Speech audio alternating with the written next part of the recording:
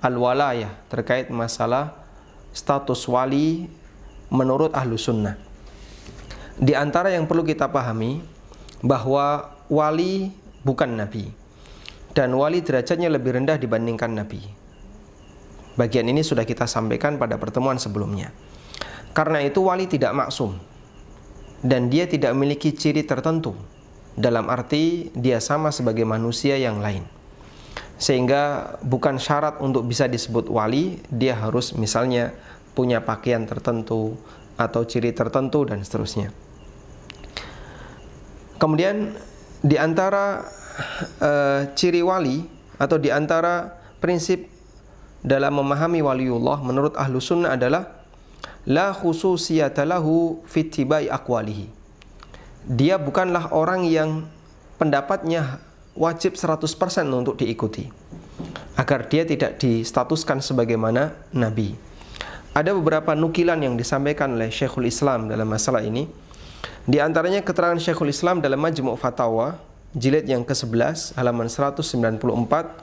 Beliau mengatakan, "Wa laisa min syarti waliyillah ay yakuna ma'suman, la yaghlitu wa la yukhti." Bukanlah termasuk bagian dari syarat wali Allah dia berstatus sebagai orang yang maksum, yang tidak pernah salah baik disengaja maupun tidak disengaja. Bal yajuzu ay yakhfa alaihi ba'du ilmi syariah. Bahkan sah-sah saja menjadi wali Allah ketika dia tidak mengetahui sebagian ilmu syariat. Kemudian beliau juga mengatakan, walaysa li awliya illahi syai'un yatamayyazuna bihi 'anin nas fi adh-dhahir minal umuril mubahat. Bukan termasuk bagian dari ciri wali Allah dia harus punya pembeda dibandingkan manusia pada umumnya, baik dalam urusan dohir seperti dalam hal-hal yang sifatnya mubah. Maka bukan syarat wali Allah itu nggak boleh makan nasi. Bukan syarat wali Allah itu tidak boleh pakai kaos. Bukan syarat wali Allah itu misalnya dia tidak boleh menggunakan kendaraan bermotor. Bukan syarat. Fala yatamayyazuna bilibasin duna libas idza kana kilahuma mubahan wala bihalqi sya'rin au taqsirihi au dhafrihi idza kana mubahan. Sehingga wali Allah tidak harus punya ciri pakaian tertentu. Wali Allah itu harus pakai misalnya udeng-udeng ya, pakai surban, tidak harus. Selama pakaian itu sifatnya mubah. Dan wali Allah juga tidak punya ciri fisik tertentu. Misalnya wali Allah itu harus gundul atau potongannya tertentu, tidak harus. Idza kana mubahan, selama ciri seperti ini sifatnya mubah. Sehingga wali Allah itu sebagaimana masyarakat yang lain, dia mukmin namun dia berusaha untuk menjaga ketakwaan kepada Allah Subhanahu wa taala. Selanjutnya beliau juga mengatakan bahwa kita tidak boleh mengikuti secara mutlak semua perkataan wali Allah. Dalam arti ketika wali Allah menyampaikan sebuah pendapat, maka dia bisa diterima dan dia bisa ditolak tergantung apakah sudah sesuai dengan kebenaran ataukah tidak. Syekhul Islam mengatakan, "Walihadza lamma kana waliyullahi yajuzu ay yaghluta lam yajib 'alan nasil imanu bi jami'i ma yaqulu." Mengingat bahasanya wali Allah itu sah-sah saja dia melakukan kesalahan karena dia manusia biasa yang tidak maksum, maka tidak wajib bagi masyarakat umum untuk menerima semua yang dia ucapkan, li'alla yakuna nabiyya, agar dia tidak distatuskan sebagaimana layaknya nabi. Bal wala yajuzu liwaliyillah ay ya'tamida ala ma yulqi ilaihi fi qalbihi illa ay yakuna muwafiqan lisyar'i. Bahkan enggak boleh bagi wali Allah itu sendiri, andaikan ada orang yang berstatus sebagai wali Allah, dia tidak boleh mengikuti bisikan yang ada dalam hatinya kecuali jika bisikan itu sesuai dengan standar syariat. Misalnya muncul firasat tertentu, muncul ilham tertentu dalam dirinya, Maka dia tidak boleh mengikuti firasat dan ilham itu kecuali jika dia sesuai dengan prinsip syariat. Wa ala ma yaqa'u lahu mimma yarahu ilhaman wa muhadatsah wa khitaban minal haqq bal yajibu alaihi ay yu'rida dzalika jami'ahu ala ma jaa'a bihi Muhammadun sallallahu alaihi wasallam. Sehingga ilham, kemudian bisikan hati dan apapun yang ada dalam dirinya wajib untuk ditimbang semuanya dengan apa yang dibawa oleh Nabi Muhammad sallallahu alaihi wasallam. Baik. Kemudian Syekhul Islam Ibnu Taimiyah juga menyebutkan bahwa dalam menyikapi wali Allah di sana ada dua kelompok ekstrim dan ada satu kelompok pertengahan, dan itu kelompok Ahlussunnah. Kata beliau, "Wan nasu fi hadzal babi thalathatu asnaf." Dalam masalah wali Allah manusia ada tiga golongan. Torfani wa wasat. Torfani wa wasatun. Golongan ekstrim kanan kiri dan golongan pertengahan. Golongan ekstrim yang pertama, dia meyakini ketika orang menjadi wali Allah, maka apapun yang ada pada dirinya pasti benar.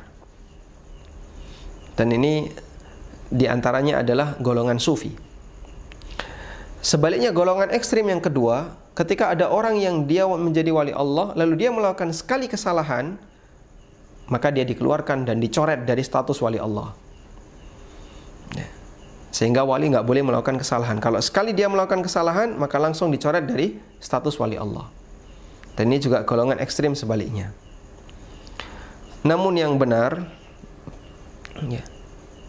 yang namanya wali Allah adalah dia bukan manusia yang maksum, tapi dia seorang mukmin yang menjaga ketakwaan kepada Allah.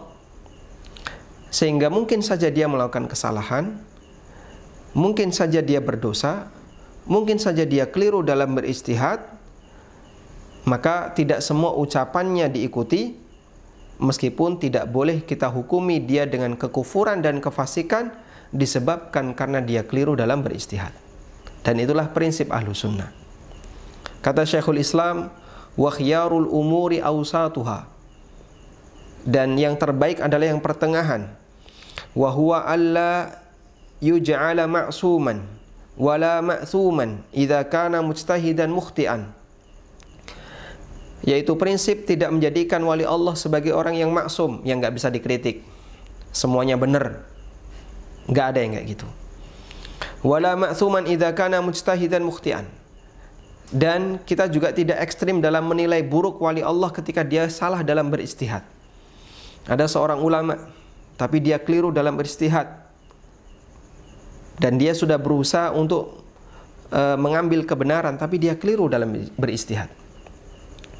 Maka kita tidak katakan dia telah melakukan perbuatan dosa besar.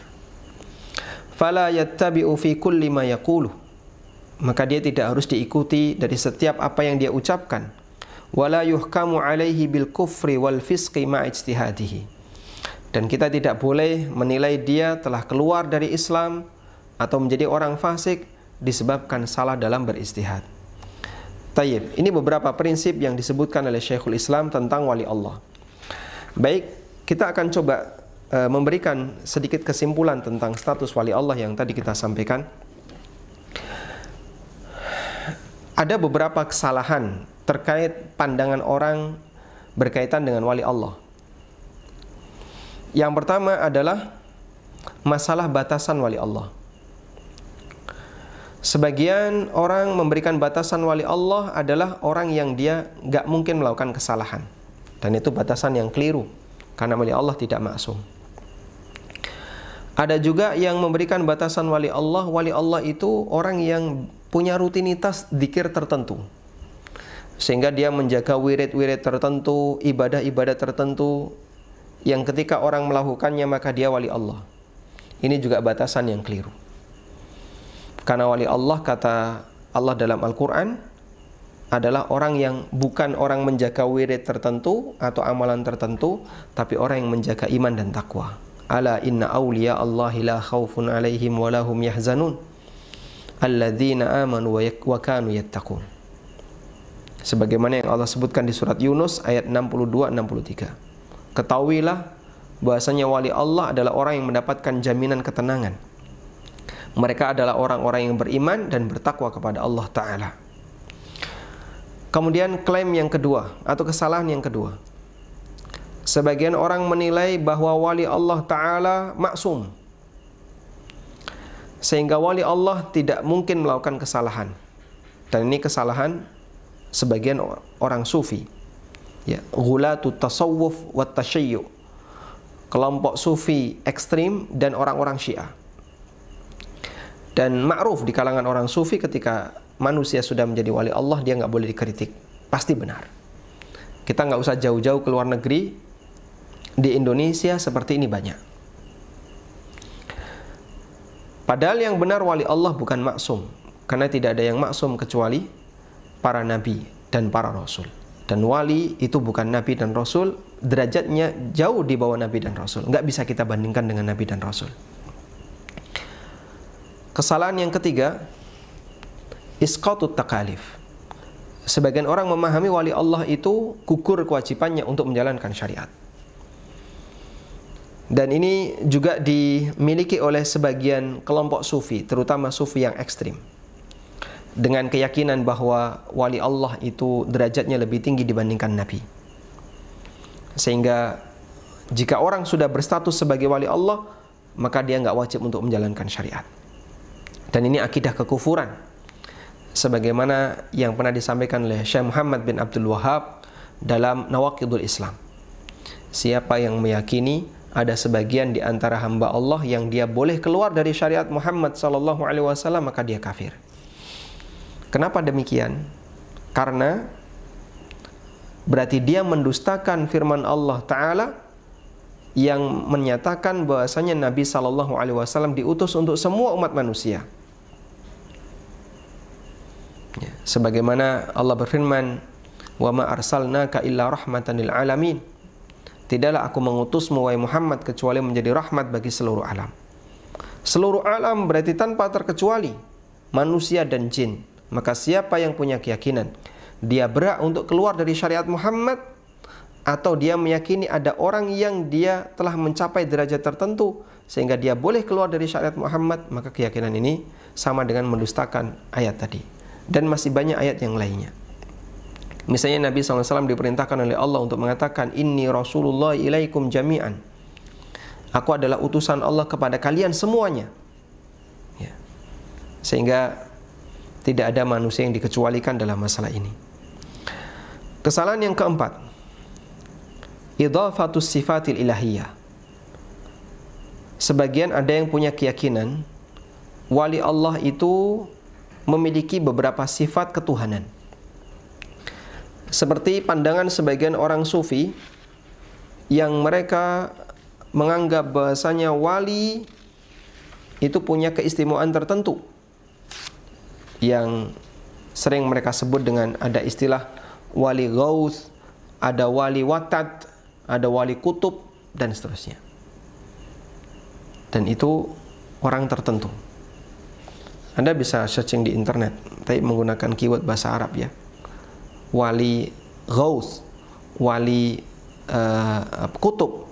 Ketika search itu ada video, inilah wali kutub, inilah wali gauth. Dia manusia, tinggal di muka bumi, tapi dia diyakini orang inilah yang mengendalikan cuaca, sebagaimana Allah Subhanahu wa Ta'ala. Dan akidah seperti ini adalah akidah kekufuran.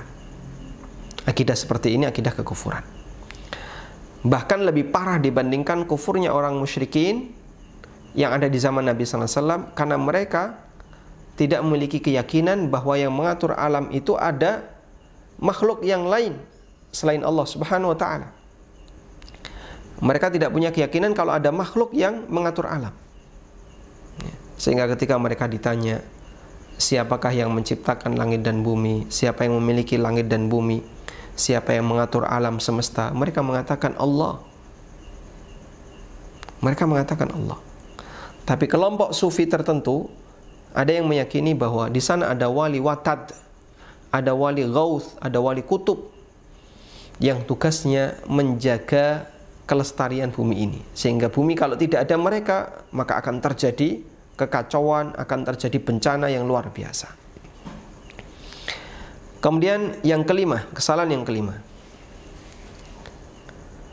Ada yang meyakini bahasanya wali itu boleh tidak mengikuti Nabi Shallallahu Alaihi Wasallam karena dia punya ilmu laduni dan punya kasyaf. Apa itu kasyaf? Bahasa kita tahu sesuatu yang gaib. Ya, ngerti sak durunge winarah, ngerti sebelum diberitahu.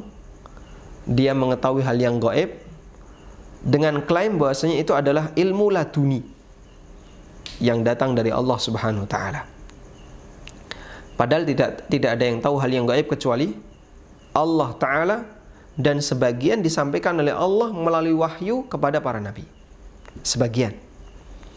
Sebagaimana Allah taala berfirman, "Qul la ya'lamu man fis samawati wal ardil ghaiba illallah." Katakanlah di langit dan di bumi enggak ada satupun yang mengetahui hal yang gaib kecuali Allah. Kemudian Allah Subhanahu wa taala juga berfirman, "Alimul ghaibi fala yudhiru ala ghaibihi ahada illa man irtada mir rasul." Dialah zat yang mengetahui hal yang gaib, dan Allah tidak menampakkan hal yang gaib itu kepada siapapun kecuali beberapa rasul yang Allah ridhai. Kemudian kesalahan yang ke-6. Ada sebagian yang punya keyakinan bahwa wali Allah itu ada khatamul aulia, sebagaimana ada khatamul anbiya. Maka ada khatamun anbiya, penutup para nabi, dan beliau adalah Nabi Muhammad sallallahu alaihi wasallam. Dan ada khatamul aulia, khatamul walaya, penutup para wali. Di sini disebutkan, wa awwalu man idda'a hadhil bid'ah al-Hakim at-Tirmidzi fi kitabih Khatamul Walayah. Orang yang pertama kali mengklaim keyakinan bid'ah ini, orang yang pertama kali mengajarkan keyakinan bid'ah ini adalah Al-Hakim At-Tirmidzi dalam kitabnya Khatamul Walayah. Dikiaskan dengan adanya Khatamul Anbiya, penutup para nabi. Maka menurut mereka berarti ada penutup para wali. Dan ini adalah keyakinan yang jelas menyimpang, karena tidak ada penutup para wali selama di dunia ini ada orang yang beriman dan bertakwa kepada Allah Subhanahu wa taala. Hakim At-Tirmidzi ini bukan penulis kitab Sunan At-Tirmidzi, beda ya. Tayyib. Kemudian berikutnya kita akan beralih kepada permasalahan tentang karamah. Bagian dari akidah Ahlussunnah adalah meyakini keberadaan karamah. Syekhul Islam dalam akidah wasitiyah mengatakan, wa min usuli ahli sunnati at-tasdiqu bi karamatil awliya wa ma yujrillahu ala aydihim min khawariqil adat fi anwa'il ulum wal mukashafat wa anwa'il qudrati wat ta'thirat wal ma'thuru 'anis salafi al-umam fi suratil kahfi wa ghairiha. Kata Syekhul Islam, bagian dari prinsip Ahlussunnah adalah membenarkan keberadaan karamah para wali dan kejadian luar biasa yang Allah berikan kepada mereka, baik bentuknya mengetahui sesuatu yang gaib yang Allah beritahukan kepada mereka, atau mereka punya kemampuan tertentu yang sifatnya luar biasa. Dan di antara dalil al-ma'thur an salafil ummah, dalil yang disebutkan dari umat sebelum kita, adalah seperti kisah yang Allah sebutkan fi suratil kahfi, di surat Al-Kahfi, wa ghairiha, dan surat yang lain. Ada apa di surat Al-Kahfi? Ashabul Kahfi bukan nabi, tapi mereka memiliki satu karamah yang luar biasa. Apa bentuk karamahnya? Ashabul Kahfi tidur selama berapa lama? 309 tahun. Dan tidak berubah. Mereka nggak jadi tua, badan mereka tidak rusak, padahal mereka tidak makan selama 309 tahun. Dan itu bagian dari karamah yang Allah berikan kepada mereka. wa ghairiha atau yang lainnya, seperti yang dialami oleh Maryam. Maryam nabi atau bukan? Bukan, karena tidak ada nabi wanita. Apa karomahnya Maryam? Ketika Maryam dalam kondisi hamil dan beliau butuh nutrisi, beliau butuh makanan, Allah Subhanahu wa taala perintahkan, sebagaimana cerita yang Allah sebutkan di surat Maryam, wa huzzi ilaiki bijid'in nakhlah tusaqit 'alaiki rutaban janiyya. Kamu goyang pangkal kurma, wa huzzi ilaiki bijid'in nakhlah. Kamu goyang pangkal kurma, tusaqit 'alaiki rutaban janiyya, maka nanti ya, kurma-kurma yang masih hijau itu akan berjatuhan. Kurma-kurma rutab itu akan berjatuhan. Bapak Ibu, cari pohon kelapa, coba goyang pohon kelapa. Saya yakin Anda yang bergoyang. Ini Maryam dalam kondisi hamil. Dan kita tahu namanya wanita hamil lebih lemah dibandingkan wanita yang tidak hamil. Dan wanita lebih lemah dibandingkan lelaki. Goyang batang pohon kurma, jid pohon kurma, batang pohon kurma, bagian bawah pohon kurma. Dan pohon kurma itu bergoyang sampai berjatuhan rutab. Rutab itu masih hijau. Kalau dia sudah kering, lebih gampang rontok dibandingkan yang hijau. Ini yang masih hijau saja bisa rontok. Dan itu bagian dari mukjizat yang diberikan oleh Allah Subhanahu wa taala kepada Maryam. Allah juga bercerita tentang mukjizat Maryam. Falamma dakhala 'alaiha Zakaria wajada 'indaha rizqa. Ketika Zakaria menemui Maryam, di dekat Maryam ada makanan. Maka Nabi Zakaria bertanya kepada Maryam, qala anna laki hadha. Dari mana kau dapatkan ini? Apa kata Maryam? Qalat huwa min indillah. Maryam mengatakan, ini dari Allah Subhanahu wa taala. Sebagian ahli tafsir menyebutkan buah-buahan yang ada di tempat itu, yang ada di dekat Maryam, adalah buah-buahan yang saat itu bukan musimnya. Sekarang kita kalau lagi nyari apa yang sekarang nggak musim? Duren. Duren musim nggak sekarang? Lagi nggak musim duren, tapi tiba-tiba ada duren. Nggak musim mangga, ada mangga. Musim dingin itu nggak ada kurma. Musim dingin nggak ada kurma, kecuali yang nyimpen ya. Kita tidak bicara masalah yang nyimpen. Kurma itu adanya di musim panas. Maryam dikasih oleh Allah buah-buahan yang tidak lagi musimnya ketika itu. Makanya Nabi Zakaria heran.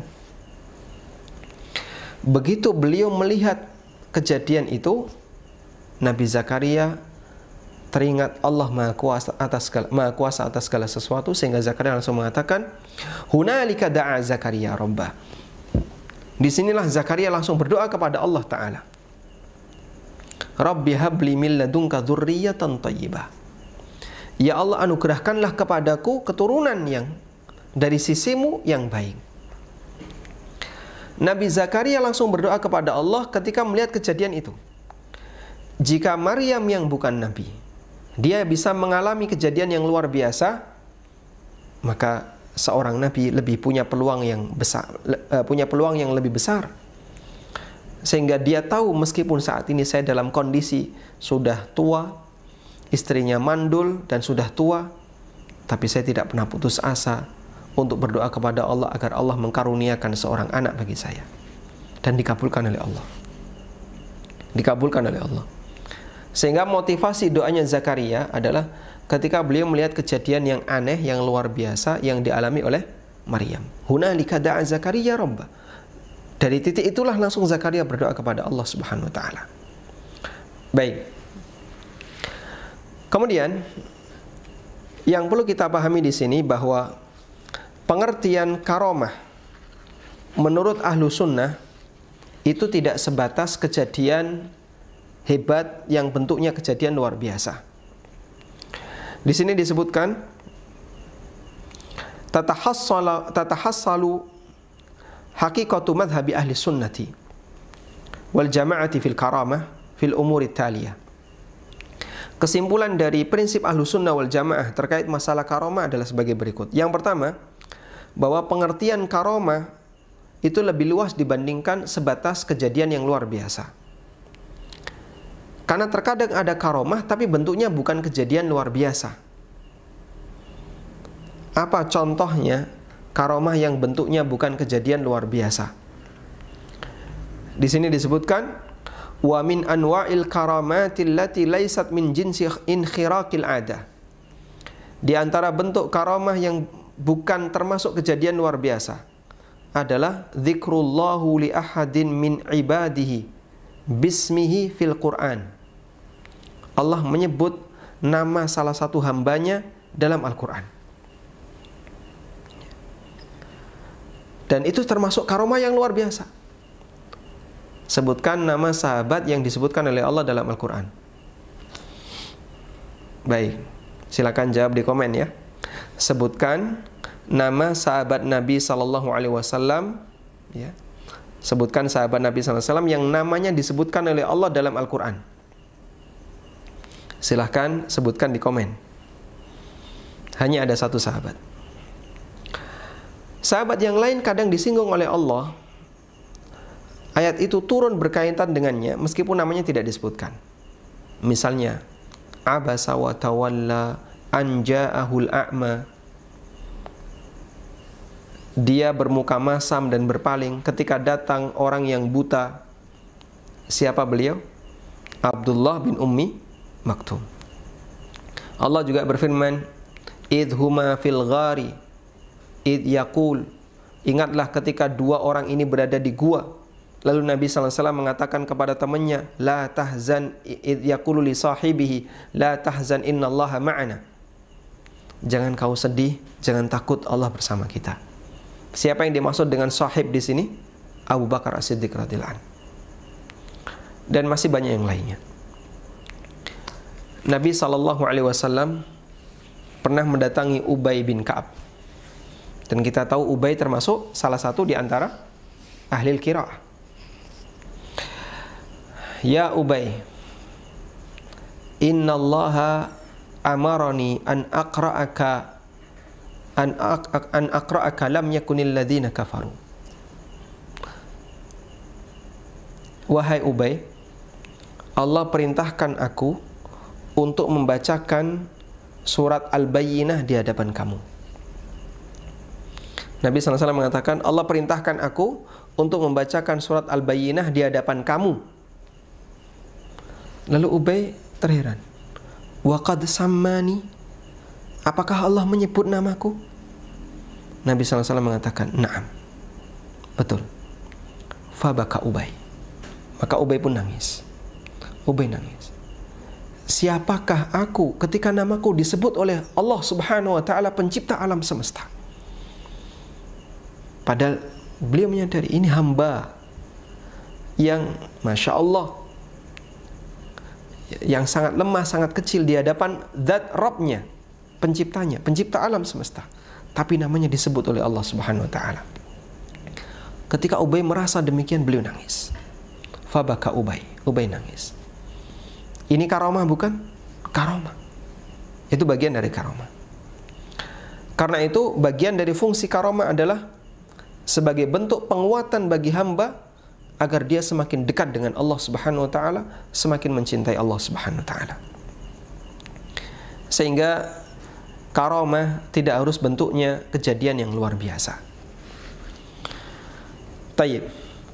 Dan karomah yang paling tinggi menurut sebagian ulama adalah kekuatan untuk istiqomah. Dalam Syarah Aqidah Thahawiyah Ibnu Abil Is, beliau menjelaskan keterangan Imam At-Tahawi. Imam At-Tahawi mengatakan di salah satu poin Aqidah Thahawiyah, wa nu'minu bima ja'a min karamatihim wa sahha anits thiqati min riwayatihim. Dan kami mengimani karomah-karomah para wali yang sahih penukilannya dari thiqat, dari perawi-perawi yang thiqah. Sehingga karomah termasuk di antara, atau mengimani keberadaan karomah termasuk di antara prinsipnya Ahlussunnah. Lalu beliau menyebutkan, qala Abu Ali disyarah oleh Ibnu Abil Is. Qala Abu Ali Al-Juzajani, beliau mengatakan, kun taliban lil istiqamah la taliban lil karamah, fa inna nafsaka mutaharrikatun fi talabil karamah wa rabbuka yatlubu minkal istiqamah. Jadilah orang yang selalu berusaha untuk istiqamah, bukan mencari-cari karamah, karena jiwamu selalu bergerak untuk mencari karamah, sedangkan Rabbmu mengharapkan agar kamu istiqamah. Berarti mana yang lebih tinggi, karamah dengan istiqamah? Istiqamah lebih tinggi, karena itu yang dikehendaki oleh Allah. Sedangkan karamah itu murni pemberian dari Allah yang diberikan kepada sebagian hambanya yang dia kehendaki dalam rangka untuk membantu agar hamba ini bisa semakin menjaga ketaatan kepada Allah Subhanahu wa ta'ala. Kemudian Ibnu Abil Is mengatakan, kejadian luar biasa yang dialami oleh seorang hamba itu tidak semuanya menguntungkan bagi hamba. Karena itu beliau mengatakan, fal khariqu thalathatu anwa'. Kejadian luar biasa itu ada 3 macam. Mahmudun fid din, wa madhmumun wa mubah. Ada yang terpuji, ada yang tercela, dan ada yang sifatnya mubah. Fa in kana al mubahu fihi manfaatun kana ni'matan. Apabila bentuknya sesuatu yang mubah, berarti di situ karamah yang memberikan manfaat, dan itu sebuah kenikmatan yang wajib bagi dia untuk mensyukurinya. Wa illa fahuwa kasairil mubahat allati la manfaata fiha. Kalau nggak ada manfaatnya, berarti dia sama seperti yang lain. Misalnya bagaimana? Ada orang yang tiba-tiba dia punya kecepatan yang luar biasa. Contoh ya. Contoh. Dia melakukan perjalanan dari Surabaya sampai ke Jakarta. Normalnya ditempuh dalam waktu misalnya ya 6 jam. Kok 6 jam? Surabaya Jakarta 10 jam. Tol. Anggaplah 10 jam. Normalnya ditempuh dalam waktu 10 jam. Tapi satu ketika Allah Subhanahu wa taala memberikan kelebihan kepada seorang tokoh agama. Dia bisa menempuh perjalanan Surabaya Jakarta misalnya dalam waktu 6 jam. Hemat 4 jam. Loh kok cepet? Pak Kiai sudah sampai sini. Pak Ustadz sudah sampai sini. Ya. Saya tadi berangkat jam sekian sudah sampai. Dan itu anggaplah itu kejadian real sebagai bagian dari karamah. Ini contoh karamah yang sifatnya apa? Mubah. Kalau itu memberikan manfaat, yaitu sebagaimana manfaat mubah yang lain. Yang kedua, ada karamah yang sifatnya madhmum, tercela.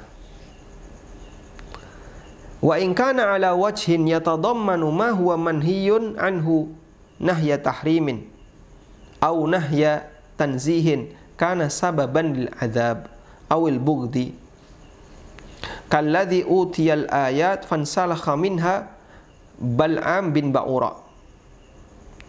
Dan ketika karamah yang dimiliki oleh seseorang itu bisa mengantarkan dia kepada sesuatu yang dilarang atau mengandung sesuatu yang dilarang, baik yang sifatnya haram maupun, dan karamah ini pernah terjadi di zaman Bani Israel, yaitu pada kejadian yang dialami oleh Bal'am bin Ba'ura. Dia termasuk salah satu ahli ibadah di kalangan Bani Israel. Dan keistimewaan Bal'am adalah la yas'alullaha syai'an illa a'tah. Setiap kali dia berdoa pasti langsung dikabulkan. Li'annahu ya'lamu ismallahil a'zam. Karena dia mengetahui nama Allah al-a'zam yang paling agung, alladzi idza du'iya bihi ustujiba. Yang jika kalimat itu diucapkan pasti akan diijabahi. Akhirnya satu ketika masyarakatnya minta kepada Bal'am, wahai Bal'am, mintalah kepada Allah Subhanahu wa ta'ala agar Allah membinasakan Musa dan pengikutnya. Kalau kamu nggak mau ini, kami tidak akan mengikuti kamu. Akhirnya Bal'am naik ke sebuah bukit. Di bawah bukit itu ada Musa dan para pengikutnya, Bani Israel yang menjadi pengikut Musa, yang mereka sedang singgah. Kemudian Bal'am berdoa kepada Allah setelah diminta berkali-kali, ba'da ilhah, setelah diminta berkali-kali oleh kaumnya. Fansalakha minha, akhirnya dia pun terpeleset menuruti permintaan kaumnya. Karena kaumnya ini gak senang dengan Musa dan para pengikutnya. Maka Bal'am mulai berdoa, mengucapkan apa? Ismullahil a'zam, membaca nama Allah yang paling mulia.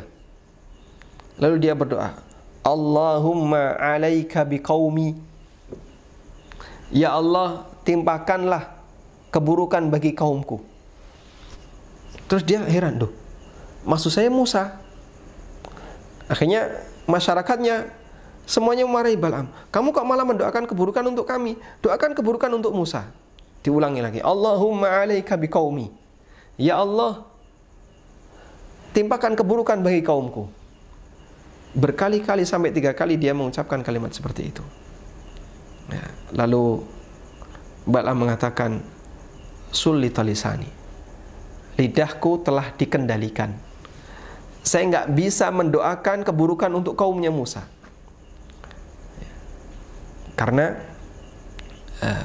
Bal'am yang dia ketika berdoa langsung diijabai oleh Allah, dia mengucapkan kalimat thayyibah, dia mengucapkan pujian yang itu merupakan Ismullahil A'zam. Nah, ketika mau mendoakan keburukan kepada Musa, balik kepada kaumnya. Ya. Barangkali berita yang umum pada waktu menjelang pemilu kemarin, ya. Tiba-tiba ada seorang tokoh di negara kita yang ketika diminta untuk mendoakan calon A, ternyata bunyinya calon B. Sulita min lisanihi, lisannya dikendalikan. Tayyib. Dan ini salah satu di antara contohnya apa yang dialami oleh Bal'am. Orang yang dikasih oleh Allah karamah, tapi karamah itu ternyata memberikan madarat kepada dirinya dan kepada masyarakatnya. Dan mungkin itu mungkin saja terjadi pada sebagian manusia. Dia memiliki karamah, tapi dengan itu dia jadi sombong. Akhirnya ujub, terus malah meninggalkan sunnah Nabi SAW, meninggalkan ajaran Rasulullah SAW. Kemudian ada yang sifatnya terpuji, misalnya karamah yang mendukung dia untuk semakin taat kepada Allah Subhanahu wa taala. Sebagaimana yang dialami oleh Umar bin Khattab, yang dialami oleh Ashabul Kahfi, yang dialami oleh Maryam radhiyallahu taala anhum ajma'in, yang mereka adalah orang-orang saleh dan mereka dikasih kelebihan oleh Allah Subhanahu wa taala. Tayyib. Lalu kenapa karamah ini dibahas oleh para ulama dalam kajian seputar masalah akidah? Yang di sana ditegaskan oleh Syekhul Islam bahwa kita mengimani karamah. Karena ada beberapa kelompok di kalangan kaum muslimin yang mengingkari karamah. Di antara yang mengingkari karamah adalah Mu'tazilah. Mu'tazilah tidak mengakui keberadaan karamah. Yang ada di alam raya ini hanyalah mukjizat, dan itu hanya dimiliki oleh Nabi. Sedangkan karamah tidak ada di alam raya ini. Al-Qadhi Abdul Jabbar, salah satu tokoh besar Mu'tazilah, dia membuat satu judul dalam bukunya, ya, Al-Mughni fi Abwabil Adli wat Tauhid, karya Al-Qadhi Abdul Jabbar.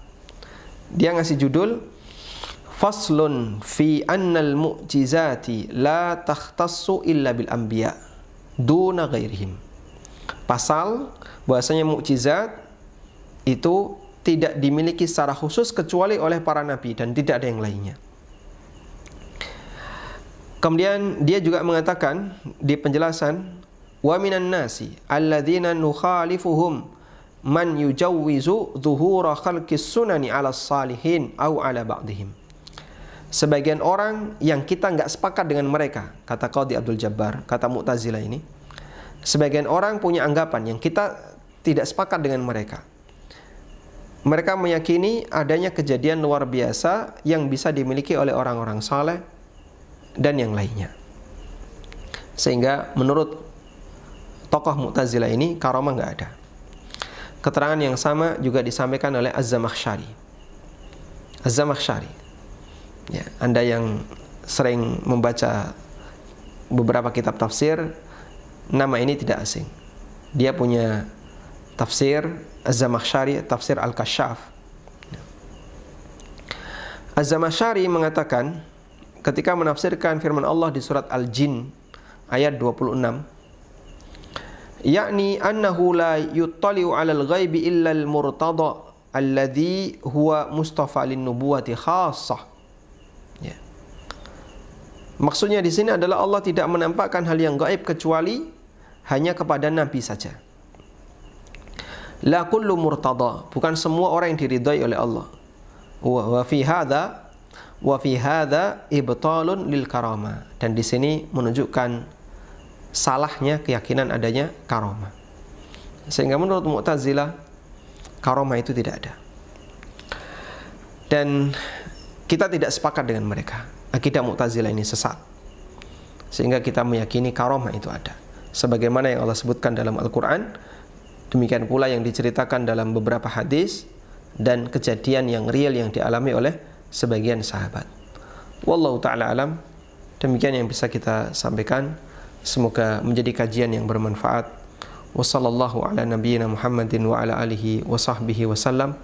Wa akhiru da'wana anil hamdulillahi rabbil alamin. Wassalamualaikum warahmatullahi wabarakatuh. Subhanallah.